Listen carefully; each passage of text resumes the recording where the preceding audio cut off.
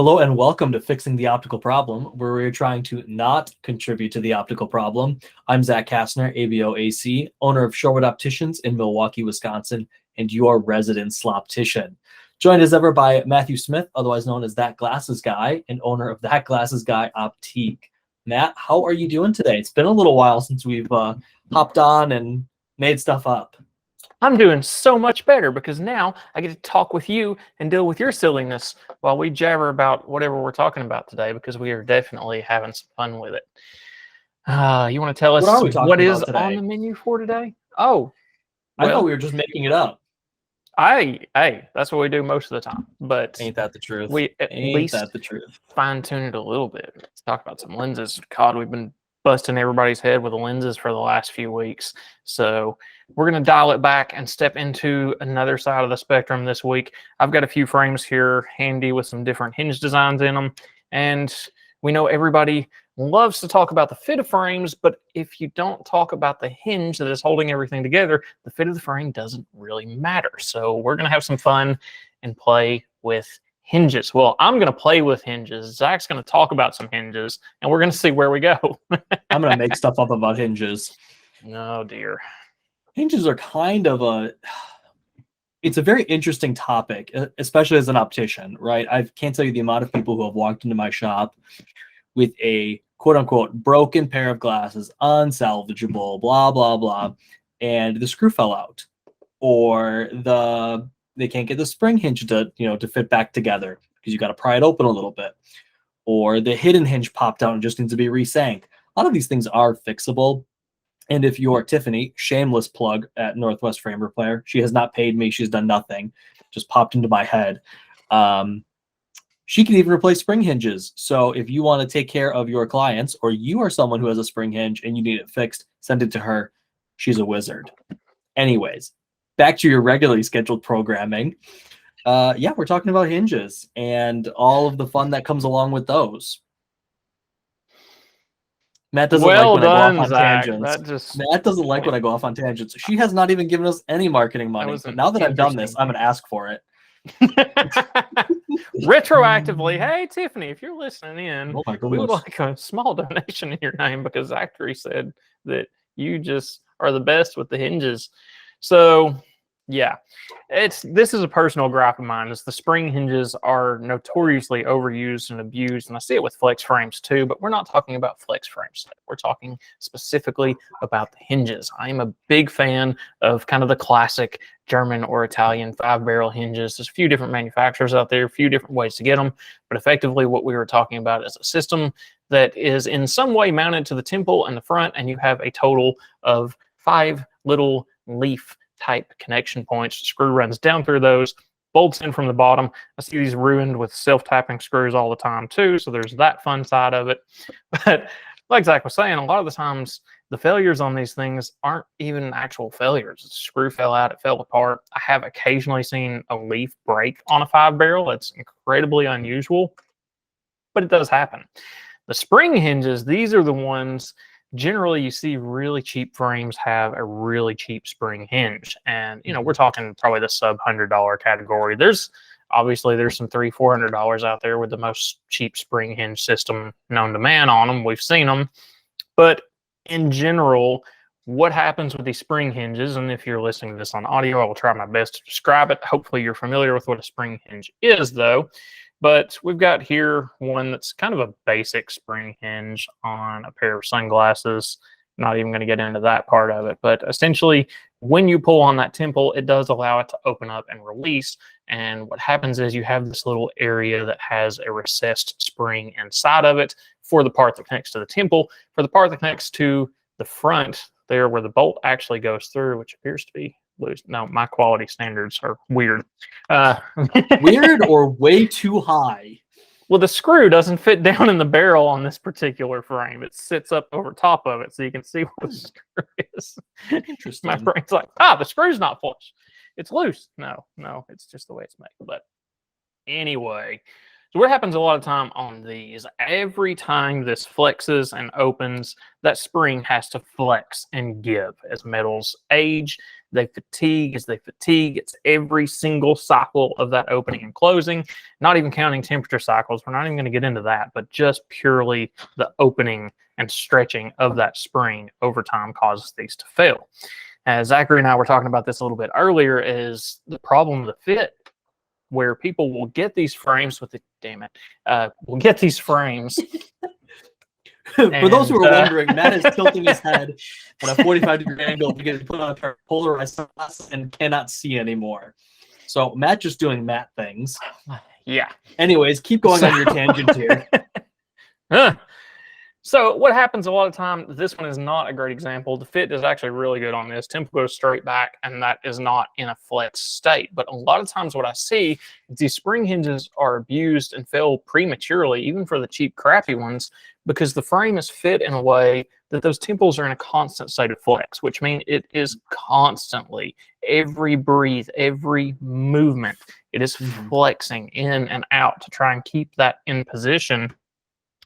And of course, the negative there is it keeps the frame actually sliding off more than it does anything, but it does wear out significantly faster. These are often the glasses you'll see where it just fails in like 6 months, sometimes less than that, but generally it's going to be at that mark.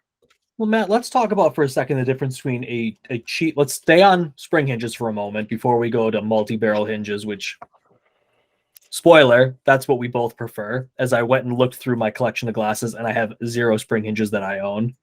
Oops.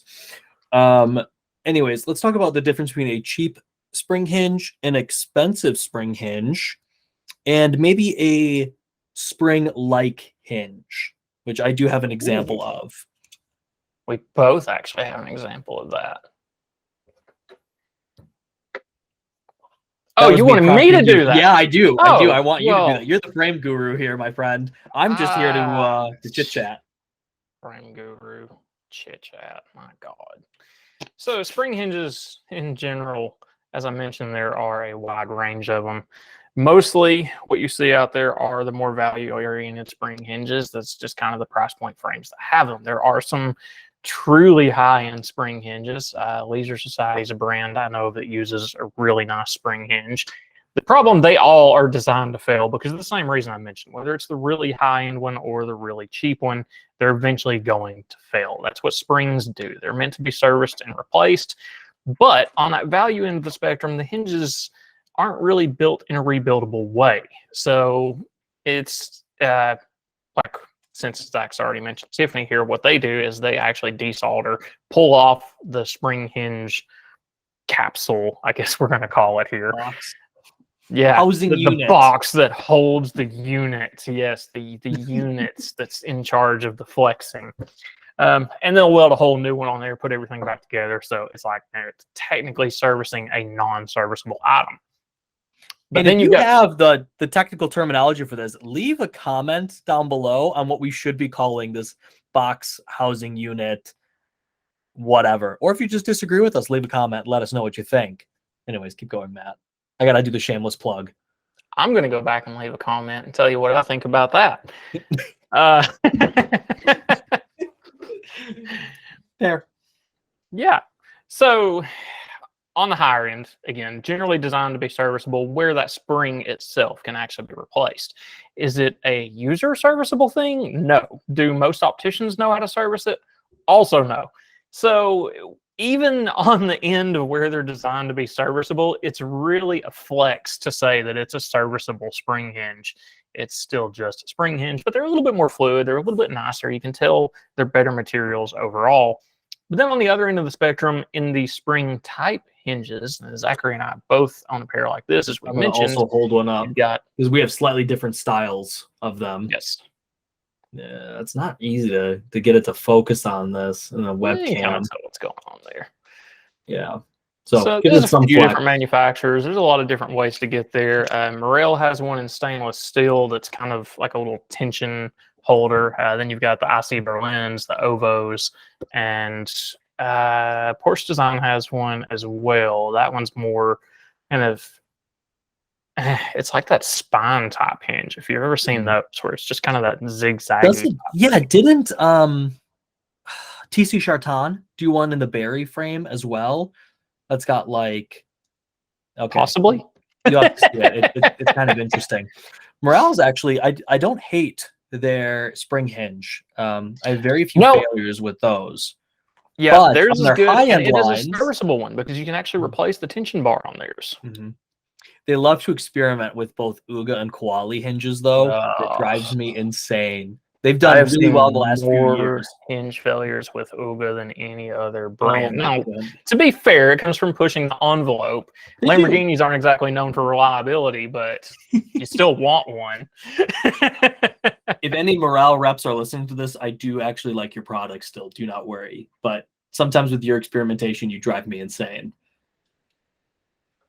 I like experimenting and pushing the envelope. We know Maybe you not do, me, Matt. but yeah, so the alternative there, of course, is exactly like we're talking about. You've got these hinges that basically amount to there's a tension bar, there's an area that's designed to flex. In the case of the one in my hand, that is using a different grade of titanium that's meant to flex there, with the rest of the temple being a different titanium again, and it's rigid, so it lets the flex happen at that flex point. In general, that's not going to fatigue very rapidly. In fact, I don't know. I've never had one that I've had to replace designed that way. I don't know that Either I've had the Ovo either. stainless or any of them. Honestly, I've seen one of the Morel ones break, and I know that one's serviceable because I actually had to replace the tension bar on that one. Totally user error, by the way, just to make sure everybody knows that. But I think the biggest takeaway from this whole discussion here is spring hinges have their faults, which I think we all know and we all can gather, but it's still important to fit the frame properly. Just because you can make a framework that's too small on someone and all of a sudden, the frame will, as I'm going to open this up, it'll flex, right? So it can fit around someone's head, doesn't mean that we should. That spring hinge is a nice for, when it gets real hot outside and, people swell up just a little bit just to keep them on nice and tight. That's nice. But besides that, let's make sure we're still fitting frames properly. Now, moving on from that, we have Matt and I's favorite type of hinges is a 5-barrel. At least that's my favorite. I like a 5-barrel better than a 3. I'll call it a 5-barrel for right now. Arguably a 5-barrel hinge. Apparently, arguably a 5-barrel. Yeah, and the great thing about 5-barrels is, in general, you see them on, I don't want to say high-end frames, but you do tend to see them more in that direction. I know there's some cheap stuff out there that uses some really decent German 5-barrel hinges, are really nicely made, a little nylon insert so the screws don't back out. Pretty decent stuff, but I mean, that's on the value end of the spectrum, realistically. Keep in mind, everyone, for Matt, cheap is like a $300 frame. So it is what it is, man. We're still talking about very nice frames here. But anyway, I mean, I've seen them on frames that are marked at $200, even I think a little bit cheaper than that, depending on what people's markups are. But you can get a decent hinge in a frame for still an affordable rate, depending on what type of office that you either go to or that you work at. But in general, and Matt, you could disagree with me or not, I feel like it provides a lot more stability to the frame just in general, and allows still for good adjustments to happen. You can still adjust panoscopic tilt, retroscopic, which we can talk about another time, whether or not that's ever needed. Yeah, I'm trying to find, because I've got several here, but I want one that really shows off the I want to flex. I want to flex a little bit. And yeah, this is a good one. So on this frame, we've got a nice 5-barrel. On this frame, we've got a nice 5-barrel, and they both are Conversely, really this good. is what a 3-barrel would look like. I mean, that's a thick 3-barrel. That's decent. It is, but it is still a 3-barrel, so people can see what the difference is. What we're talking about. It is a Ray-Ban. It's a Wayfarer that I bought before I even worked in the optical industry. I've had this Wayfarer for more than, oh my gosh, probably 10 or 11 years now. A little longer. 12 years. Whatever. Anyway. Shows how much I wear it. Yeah, that's it.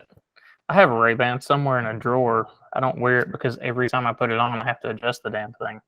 This guy here is what I really like about 5-barrel hinges. And I don't know, if you're not watching this, it's going to be really hard to describe what we've got. But basically, this is a 5-barrel hinge that has its little mating surface sunk into the frame. This is a heat sunk 5-barrel hinge, and there's a little thing there to clean off. But what it amounts to is on these, they have a position to set the amount of panoscopic tilt in these frames. It is meant to be adjusted and bent at that front edge. Conversely to these guys, which are a beautiful 5-barrel hinge, riveted into the temple and riveted into the front, which is a video for a whole other day. But on this one, it's not built that way. You're basically fixed into the amount of panoscopic tilt you've got because you have these two very bold connection points that don't really leave a lot of leeway to adjust that temple. Now, of course, on a frame like this, if you were doing it, you'd have to adjust that miter anyway, so a whole other ball game there. But yeah, I mean, for me, it's a 5-barrel. Spring hinges, they have their place, but you've got to fit them right. At the end of the day, so much of this comes down to fit anyway. Absolutely. And for those of you who listen to it on audio today, definitely go and check out the YouTube channel and just see what we're talking about, because lots of good examples were given. This is kind of a quick one. We're just wanting to get a little information out there and make sure that we stay in contact with everyone. So you guys didn't think that we just fell off the face of the earth, which, I mean, some of us did fall off the face of the earth. it's my fault, by the way.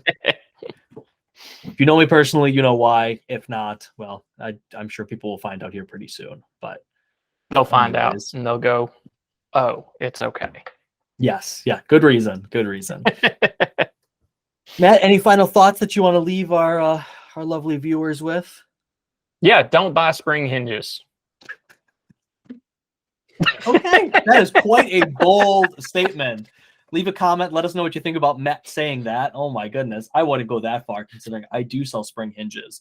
I would not say it's a majority of my shop, but I'd say probably 30% of the frames I carry have a spring hinge. But Matt and I have very different shops in general, just how we run them and how we do things. So it's kind of what makes it fun. Matt gets to, act like he's better than me, and when I know the truth. Anyways, thanks everyone for tuning in. Matt, we can find you, we know, on your website at thatglassesguy.com, but I'm going to do another shameless plug here. Wisconsin. Yeah, right, exactly. You're going to find me throwing hands in Wisconsin. We've got Matt has a Discord channel as well that you can join. I'll add a link in the description of the podcast and the YouTube channel. Go ahead, join up, and you can get in contact with both of us there. I'm also there, although not very active, but I am there. You can reach out and let us know what you think about the videos or what you think about us in general. Be honest.